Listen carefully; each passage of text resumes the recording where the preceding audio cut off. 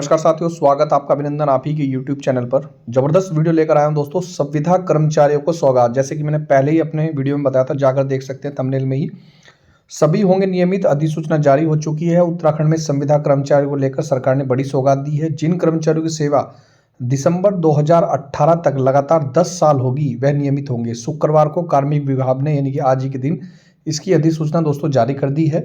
आज दोस्तों 5 दिसंबर है, स्क्रीन पर देख सकते हैं कार्मिक और सतर्कता विभाग। अब दोस्तों बेरोजगारों का क्या होगा, इधर उपनल कर्मचारी को संविदा, इधर आप संविदा कर्मचारियों को, इधर दैनिक वेतन को, कार्य प्रभारित को, अंशकालिक को, सभी को नियुक्त कार्मिक को विनियमितीकरण नियमावली 2013 के अग्रतर संशोधन करने की दृष्टि से निम्नलिखित नियमावली बनाते हैं। अर्थात इसका मतलब ये है, इस नियमावली का संक्षिप्त नाम है दैनिक वेतन, कार्य प्रभावित, संविदा वेतन, अंशकालिक नियुक्त कर्मी को विनियमितीकरण। यह तुरंत प्रवर्तन में होगी, यानी कि इसके तहत इनको क्या किया जाएगा, नियमित किया जाएगा। दोस्तों बहुत ही महत्वपूर्ण खबर लेकर आया हूं। आप लोगों ने शायद देखा होगा कि हाई कोर्ट का तो आदेश ये था उपनल कर्मचारियों के लिए कि 10 साल वाले को विनियमितीकरण किया जाए, नियमितीकरण किया जाए। लेकिन सरकार ने किया जस्ट उलट कि 12 साल के जितने भी कर्मचारी हैं उपनल, उनको समान कार्य के लिए समान वेतन दिया जाए। चैनल पर देख सकते हैं ऑर्डर की कॉपी भी।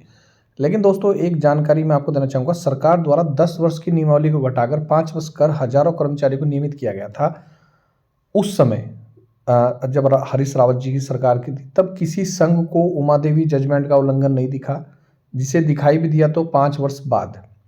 मैं देखिए किसी के पक्ष में विपक्ष में बात नहीं कर रहा हूँ, मैं जेन्युइन बात बोल रहा हूँ कि जब 5 साल के संविदा आउटसोर्स कर्मचारी उपनल कर्मचारी को नियमितीकरण किया गया था, तब किसी संघ ने, किसी व्यक्ति ने कोई उल्लंघन नहीं किया।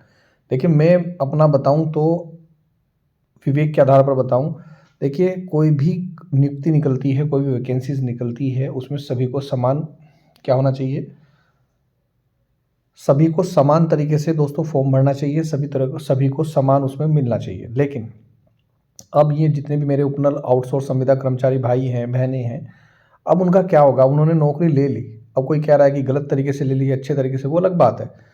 लेकिन उन्होंने ले ली और 15-20 साल नौकरी में बिता दिए, तो अब उनका क्या होगा। आप यकीन कीजिए 15,000 की नौकरी में, 18,000 की नौकरी में क्या कोई कुछ कर सकता है आजकल की इतनी महंगाई में। मैंने आपको एक वीडियो में दिखाया था कि 2014 में सोने की कीमत क्या थी और आज 2025 में देख लीजिए। पेट्रोल की कीमत तब 40-50 रुपये थी, आज देख लीजिए। बाइक की कीमत तब 40 से 50 हज़ार थी, आज 1.5 लाख रुपए की भी बाइक नहीं आ पाती।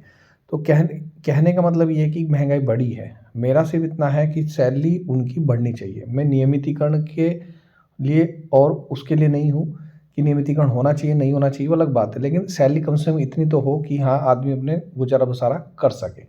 दूसरा ये है कि भाई बेरोजगारों की भी सुन लेते हैं कि भाई देखिए कोई भी वैकेंसीज आती हैं सरकारी, तो उसमें जो भी मेरे बेरोजगार भाई इतने सालों से तैयारी कर रहे हैं, छात्र छात्राएं, उनको भी दोस्तों मौका मिलना चाहिए। आगे बढ़ते हैं दोस्तों। खैर कर्मचारियों के पक्ष में आने पर वन टाइम सेटलमेंट के लिए बहुत से लोग विरोध में थे, जो नहीं चाहते कि पूर्व सैनिक, सैनिक आश्रित, अन्य मूल निवासी कर्मचारी जो वर्ष 2004 से शोषण का शिकार हैं, उनको नियमित उन्हें कुंदन सिंह शोषण का अधिकार, कुंदन सिंह केस में जजमेंट के साथ ही वर्तमान में सर्वोच्च न्यायालय द्वारा पारित निर्णय जो अवलोकन करना चाहिए, क्या लोक कल्याणकारी राज्य में शोषण को स्थान मिलना चाहिए। जिन कर्मचारियों ने अपना जीवन दोस्तों स्वर्णिम कालखंड इस उपनल के दलदल में बिता दिया, क्या वह अपना बुढ़ापा भी ऐसे ही काटे। वर्तमान में राजनीति में आने के लिए एक नया रास्ता उत्तराखंड में इजाद हुआ है, और वो है दोस्तों कि भैया भोले भाले युवाओं को बरकला लो और कहीं ना कहीं दोस्तों उसको वो कर लो। देखिए मैं किसी का विरोध नहीं कर रहा हूँ, सिर्फ अपनी वीडियो के माध्यम से सिर्फ इतना बताना चाह रहा हूँ कि उपनल हो, आउटसोर्स हो, संविदा कर्मचारी हो, कोई भी हो, समय समय पर उनको चरणबद्ध तरीके से नियमित होना चाहिए और न्यूनतम उनकी सैलरी होनी चाहिए। और इसके साथ साथ इन भर्तियों पर भविष्य में रोक लगनी चाहिए, और भविष्य में जितनी भी भर्तियां हों वो सभी भर्तियां दोस्तों पेपर के माध्यम से या कोई भी एक माध्यम हो उनके द्वारा होनी चाहिए। मेरा सिर्फ नियमितीकरण विरोध नहीं है, मेरा सिर्फ ये है कि पेपर होने चाहिए और लेकिन न्यूनतम वेतन इनका होना चाहिए। अब दोस्तों सरकार द्वारा जो रिव्यू पिटीशन भी लगाई गई थी, तो वो भी दोस्तों खारिज कर दी गई है सुप्रीम कोर्ट के द्वारा। अब सरकार के पास कोई ऑप्शन नहीं है। और मैं एक चीज़ बता दूं कि देखिए दोस्तों हाई कोर्ट का आदेश क्या था, अब अगर आप ध्यान से पढ़ें, हाई कोर्ट का सिर्फ ये आदेश था 10 साल वालों को नियमित किया जाए, समान कार्य के लिए समान वेतन की व्यवस्था की जाए। अब सरकार ने किया जस्ट उलट, उन्होंने सिर्फ, वो कुछ भी कर सकते हैं भाई, देखिए सरकार जो चाहे वो कर सकती है। वो चाहे 10 साल वालों को समान कार्य के लिए समान वेतन दे, या या 5 साल वालों को दे या नियमित करे, लेकिन हाई कोर्ट का आदेश कुछ और था। मैं ये कहना चाह रहा हूँ, हाई कोर्ट का आदेश कुछ और सरकार कर रही है कुछ और। तो जब 12 फरवरी को हाई कोर्ट में दोबारा से इस केस पर सुनवाई होगी, तो हाई कोर्ट, माननीय हाई कोर्ट उच्च न्यायालय ज़रूर पूछेगा कि भाई ये बताओ कि आपने मेरे आदेश का क्या किया? मेरा आदेश तो ये था और आपने किया ये, आप कुछ भी करें उससे मतलब नहीं है। तो ये तो कहीं न कहीं कोर्ट ऑफ की अवमानना जैसा प्रतीत होता है। बाकी देखना होगा कि दोस्तों आगे क्या होता है। तो ये थी महत्वपूर्ण जानकारी। अभी-अभी जो महत्वपूर्ण अपडेट मिला है, वो है दोस्तों संविदा कर्मचारियों को सौगात मिल गई है, जैसे कि हमने पहले ही बताया था।